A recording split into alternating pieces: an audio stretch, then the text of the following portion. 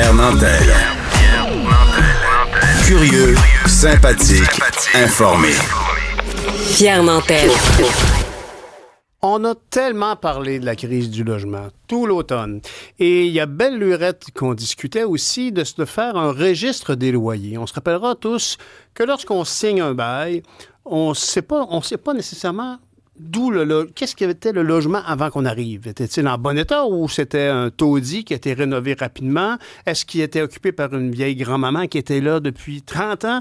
Ou si c'est un locataire qui était de passage, un ancien Airbnb? On ne sait pas ça, à moins que le propriétaire remplisse la fameuse clause G, si je ne me trompe pas. Il y a beaucoup d'enjeux liés donc au logement, au droit au logement, parce que c'est pas juste une question de revenu locatif pour des gens qui ont des propriétés à revenus, c'est aussi un droit de se loger, malheureusement pas toujours reconnu. Et il y a des gens qui veillent là-dessus. L'organisme Vivre en Ville, qui est un peu comme un think tank, qui arrive avec des solutions, des propositions, qui examinent les grands enjeux municipaux. D'où le nom Vivre en Ville. Ils sont installés à Québec, à Gatineau et à Montréal. On va discuter avec Adam Mongrain, qui est directeur du volet Habitation. Bonjour, M. Mongrain. Bonjour. Alors, vous êtes le papa, avec quelques-uns de vos collègues, j'imagine, de ce registre des loyers qui a été proposé, mais qui ne semble pas avoir enthousiasmé le gouvernement. En effet, premièrement, on est très fiers de nos enfants à Vivre en Ville. Donc, comme on aime le rappeler, en effet, c'est une vieille idée.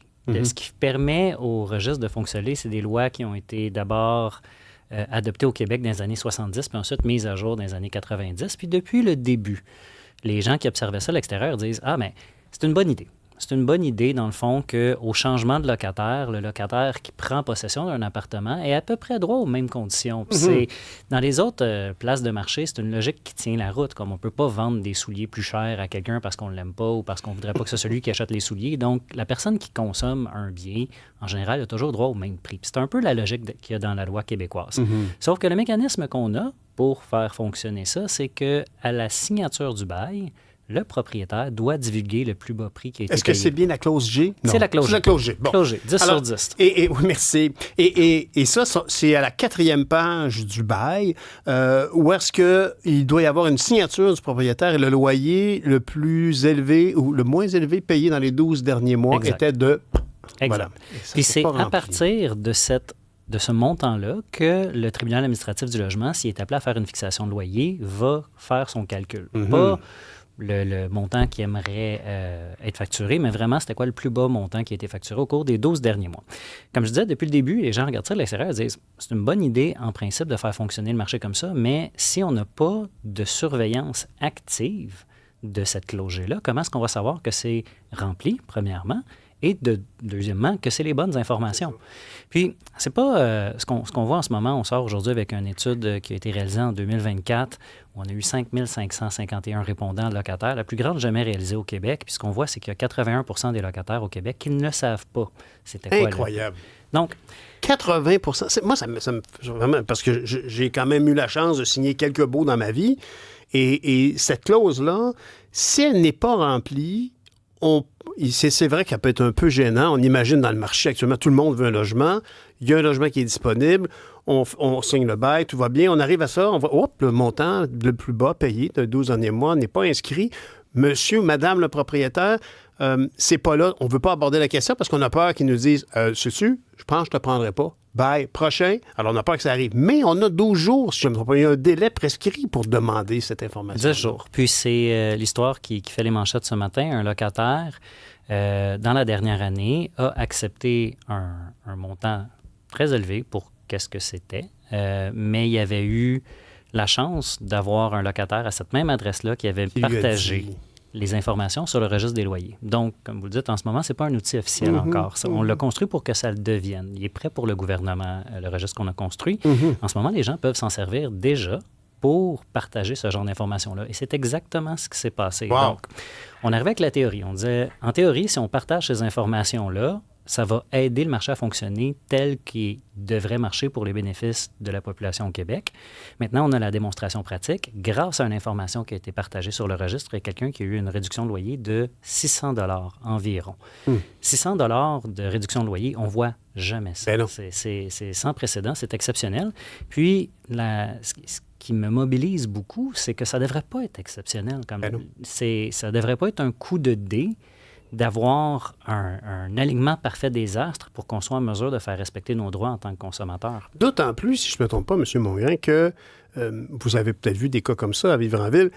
La personne peut inscrire aussi n'importe quoi à la clause G et dire que, par exemple, si le logement a été loué 1 000 $ par mois depuis plusieurs mois ou années et que là, la personne signe à 1 200, il y a une belle augmentation de 20 %, le propriétaire peut inscrire que le dernier montant payé était de 1 100. Et là, il faut être zélé, il faut avoir des ressources pour aller vérifier si le propriétaire dit la vérité. Il faut appeler à la régie. C'est facile s'il n'y a pas de montant d'écrit. Oui. Mais s'il y a un montant d'écrit et qui est faux, c'est complexe. C'est très difficile. C'est très difficile. Heureusement, la période pour demander une fixation de loyer est renouvelée si on a la preuve que l'information qui est écrite dans le bail est fausse. Donc, le 10 jours devient peut-être 1 an si on peut démontrer que c'était faux. Ça devient quelques mois à partir du moment où on a la preuve, où on en est mis au courant. Ceci dit, c'est à peu près impossible. C'est à peu près impossible. Dans les années 80, les locataires, quand ils quittaient des appartements, ils cachaient leur bail quelque part dans les appartements. Quelle bonne idée. C'est une bonne idée, un registre un peu de mise à jour de cette pratique-là, sauf qu'aujourd'hui, ça ne fonctionne plus parce qu'ils font le ménage. On va se le dire. Puis là-dessus, je veux insister sur un petit détail. Je pense pas que les propriétaires, dans l'ensemble, même en majorité, c'est des mauvaises personnes. Ils sont dans un conflit d'intérêts. Ben oui. Puis vous, moi, du monde qui nous écoute, on va tous se retrouver à un moment ou à un autre dans un conflit d'intérêts. Ça fait pas de nous des mauvaises personnes. Ça nous met dans une situation où on est divisé. Est-ce que je fais quelque chose parce que, en théorie, je sais que c'est ça que je posais faire, ou je fais quelque chose qui m'avantage personnellement? Oui. Puis je suis pas propriétaire, mais j'aime l'argent. Puis si j'étais dans cette situation-là, où moi, j'avais la chance d'écrire un faux montant dans un clause G, je ressentirais la tentation. C'est un faux montant, c'est une fausse déclaration, mais je pense que Sybelle, tu voulais poser une question relativement à tout ça. Oui, M. Mongrain, je me demandais, quand vous parlez de réduction de 600 $, est-ce que c'est parce que au départ, il y avait un prix affiché et donc là, la personne a réussi à voir quel était le montant que l'autre locataire payait et donc... C'est quoi, il s'est ostiné avec le propriétaire? Ça a été quoi l'échange? Tout à fait. En fait, la personne a signé au montant affiché, donc un montant qui était élevé.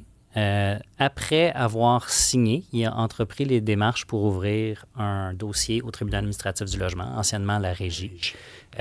Puis, il a fait ça à cause de l'information qu'il y avait disponible sur le registre des loyers. Puis, pendant le temps entre sa demande de fixation de loyer et l'audience, il a été en mesure de contacter les anciens locataires pour avoir des preuves à déposer pendant l'audience. Il s'est passé plein de choses, puis le locataire dont je parle en ce moment, il a demandé à ce qu'on ne dévoile pas, par exemple, son identité ou l'identité de son propriétaire, ni même les termes exacts de l'entente, sauf qu'on a montré les documents aux journalistes, on les a vus nous-mêmes. C'est vraiment une réduction de 600 $, ce qui est vraiment une démonstration de l'importance de donner ces mêmes droits et ces mêmes opportunités à l'ensemble de la population. Je pourrais-tu juste renchérir? C'est parce qu'honnêtement, tu es la clientèle cible en plus. Tu cherches un logement à tout bout de champ, j'imagine. C'est ça. J'ai été chanceuse précédemment, mais tu sais, je me demande, là, on voit ça, mais on a entendu des cas de propriétaires ont déjà dit à des locataires, je vais te donner de l'argent quitte ou des compensations. Est-ce que vous avez peur qu'à un moment donné, les propriétaires ils disent aux locataires, là, un peu, tu fermes ta gueule, puis je te donne tant, puis tu parles pas du loyer. Est-ce que vous pensez que ça va arriver? C'est déjà en cours. Il y a des propriétaires en ce moment qui demandent à des locataires de signer des faux baux, carrément, avec une information qui est fausse pour avoir ça comme référence pour défendre un cas. Vous savez, des cash for keys, c'est le terme du secteur pour parler d'une transaction où est-ce qu'un propriétaire veut reprendre une unité sans passer par le tribunal administratif du logement, donc ils font une entente à l'amiable.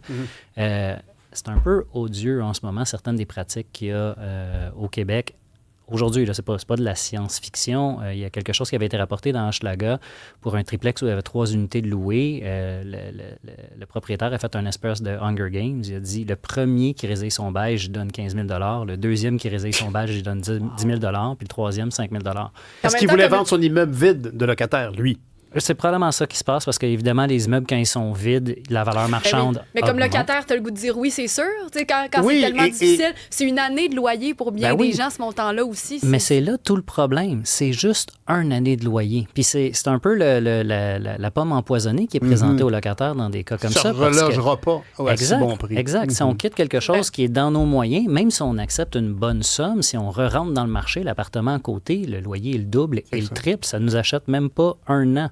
de loyer. Puis après ça, nos options sont de pire en pire. Et les argumentaires, que ce soit pour celui qui accepterait la somme forfaitaire pour libérer son logement ou pour, en général, un propriétaire qui cherche à aller chercher le meilleur loyer pour son logement, le droit individuel est mis de l'avant, est réclamé, puis on a tous une motivation personnelle qui peut paraître fondée. Le problème, c'est que le phénomène se multiplie en milliers ou en millions quand on parle d'un parc locatif comme celui de Montréal.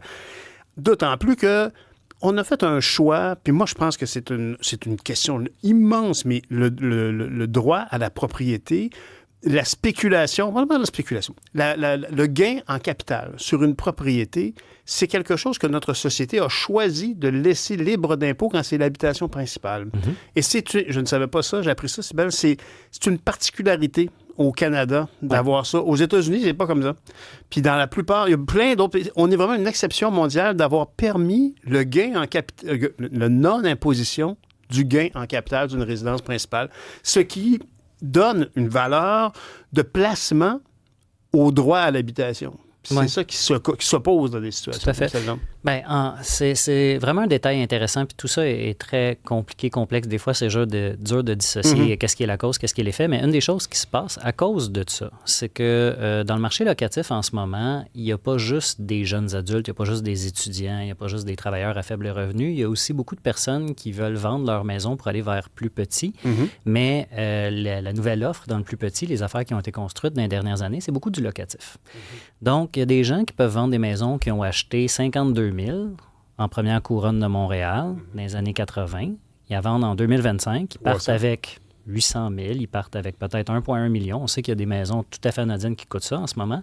Puis, ce montant-là n'est pas imposé. Aucun impôt là-dessus. Félicitations. On est content pour les gens qui font ça. On est content pour les individus, bien sûr. Sauf qu'ils se présentent en ligne. On parlait tantôt de pas trop faire de chichi au moment de la signature du bail. Ces gens-là rentrent dans le marché locatif avec 1,1 million de dollars non imposés pour faire de la compétition aux locataires qui, eux, sont des jeunes adultes qui n'ont pas encore accédé à la propriété, peut-être des ménages étudiants, peut-être des gens qui se divorcent. On en parle trop peu, à mon sens, mais d'autres personnes qui rentrent fréquemment dans le marché locatif, c'est des personnes qui se divorcent, particulièrement des personnes qui se divorcent avec enfants. Là, on prend un ménage de 4 personnes, ça fait 2 ménages de 3 personnes. Tout le monde veut rester proche de l'école. 2, 5 ou 6,5. C'est l'enfer. Je veux dire, on est vraiment à un moment où est-ce qu'on voit les brèches dans notre système échapper de plus en plus de monde. Et j'ai un bon ami à moi, Philippe O'Brien, qui a travaillé sur le registre en question, qui me racontait à quel point vous espériez que le gouvernement accueille la ministre Duranceau, accueille l'arrivée du registre des loyers comme une bonne nouvelle. Et pour le moment, c'est vraiment la bouche serrée là, qu'on fait comme « c'est intéressant ». On ne perd pas espoir parce que l'appui qu'on a dans la société québécoise en ce moment est pas mal unanime. Il y a quelques voix un peu dissidentes qui ont des appréhensions par rapport à ça, mais ça, c'est vrai de tous les sujets. Toujours des gens qui sont contre tout. Fait que c'est pas une surprise. Ceci dit, plus de la moitié de la population du Québec habite dans une ville où le conseil municipal a adopté une motion en faveur d'un registre obligatoire. C'est vrai, ça. Vous avez donc eu un succès après tous les conseils de ville où on vous a accueilli avec enthousiasme. Plus de la moitié de la population du Québec habite dans une ville qui est en faveur du registre des loyers. On a des propriétaires privés qui sont en faveur. Évidemment, 84 des locataires, quand ils répondent à notre étude, disent oui, mettez ça en ligne le plus rapidement possible. Des propriétaires à but non lucratif, ça va de soi, mais aussi des économistes, des experts légaux. Il n'y a plus vraiment de débat. La seule chose qui reste à faire, c'est de dire oui. Pour être généreux, les calculs qui ont été faits par le gouvernement du Québec sur cette question-là ont produit un très gros montant, une très grosse facture. C'est vrai que si on faisait un registre des loyers avec les outils que le gouvernement du Québec se donne d'habitude pour faire des sites web, ça coûterait cher, puis peut-être que ça ne marcherait pas. Mais c'est là notre proposition. On n'a pas besoin de faire ça parce que le registre qu'on a fait, on l'a fait avec une subvention qui venait du fédéral. Ça a coûté 2,5 millions de dollars. Ce n'est pas une patente. Ce qu'on veut faire, nous, c'est vraiment le donner au gouvernement pour qu'il commence à l'alimenter avec des données administratives. Donc, ils ont, dans le fond, si je comprends bien, ils ont juste à prendre ce que vous avez fait, le mettre en ligne. Exact. Pourquoi? Qu'est-ce qu'on vous dit au gouvernement? Qu'est-ce que France-Hélène Duranceau vous dit quand vous lui dites voici un site web qui fonctionne? La réponse qu'on a en ce moment, c'est que selon leurs calculs, mais ça coûterait trop cher à faire et d'entretien. Puis, Écoutez, peut-être ils se sont repenchés sur la question, peut-être qu'ils ont des calculs qu'ils ne nous ont pas partagés. Pour nous, c'est un peu embêtant parce que, en fait, un registre, c'est un outil assez simple. Oui, ça a coûté 2,5 millions de dollars à faire parce qu'on voulait protéger la vie privée des gens puis on voulait que ça dure dans le temps. Mais à opérer, ça peut pas être très coûteux. À opérer, c'est un fichier Excel. Un registre, c'est un fichier Excel. C'est fou, hein? J'adore voir le visage de Cybèle qui fait comme, mais voyons, pourquoi? C'est comme contre toute logique, notre gouvernement prend pas ça. Alors qu'on est en crise du logement, il faut le rappeler. C'est toujours compliqué, les affaires de site web au gouvernement, alors que ça semble tellement clé en main. Évidemment que j'ai pas conscience de tout ce que ça demande, mais je veux dire, ça semble si simple. Là, des fois, on va se dire, est-ce que c'est parce qu'il y a des... C'est qui bloque? C'est où que ça bloque? Bien, je veux dire, il y a des vraies raisons pour lesquelles le gouvernement paye très cher ses sites web. Il y a beaucoup de règles en place pour s'assurer que, dans le fond, on ne donne pas de l'argent à des gens qui sont corrompus, des personnes qui sont en mesure d'assurer des services pour les 100 prochaines années. Mais toutes ces règles-là, dans le fond, on les a respectées quand nous, on a fait notre produit. Fait qu'on peut ensuite le passer. La dernière chose qui me chicote un peu à propos du fait que ça coûterait trop cher à mettre en place, c'est quoi l'alternative? Là, en ce moment, il y a des gens qui payent des unités qui sont 600, 800, 900 Vous avez un cas qui vient de le prouver, là. Plus cher que le prix qui était il y a juste 12 mois. Puis on sait que ces gens-là, le plan, c'est pas de les laisser mourir dans la rue. Fait qu'on va faire des aides de paiement au loyer à l'entièreté de la population des locataires. Ça va coûter nécessairement beaucoup plus cher. Puis ça va être beaucoup plus dur à organiser d'entretenir un site. Que de mettre un fichier Excel en ligne. D'un organisme comme Vivre en Ville, qui a quand même une très bonne crédibilité auprès des différentes instances gouvernementales. C'est quand même pas pour rien que la SCHL, la Société canadienne d'hypothèque et de logement, s'est dit, c'est une bonne idée, un registre des loyers, puis qu'ils ont filé 2 millions de dollars pour arriver et accoucher du projet qui est prêt à consommer. Est-ce que la SCHL vous a demandé potentiellement d'offrir là-bas le registre de loyer, pas monter, mais le concept, les cases à remplir pour d'autres provinces? Oui, absolument. On est actif en Ontario déjà. On a lancé l'année passée. Ils l'ont pris? Ben, en fait, non, on n'a pas un registre officiel en Ontario, mais on a une version ça aurait été dur à mise entendre. à jour. Ouais, on est en conversation avec la Colombie-Britannique, avec la Nouvelle-Écosse, avec l'île du Prince-Édouard, avec le Yukon, où est-ce qu'il y a eu beaucoup d'intérêt. Ces choses-là prennent du temps. Puis, quelque chose qui est intéressant, c'est que le Québec est exceptionnellement chanceux parce que les lois qui donnent tout son sens à un outil comme le registre des loyers sont déjà écrites au Québec. Monsieur Mongrain, je vous remercie de nous avoir expliqué ça, vulgariser tout ça. Il y a des tas de gens qui nous écoutent qui font comme « Ah oui, ils se grattent la tête et disent « Est-ce que j'aurais pu sauver des centaines de dollars par mois? » Alors, c'est un outil très utile, Adam Mongrain, de chez Vivre en Ville. Merci beaucoup. Merci à vous. Au revoir.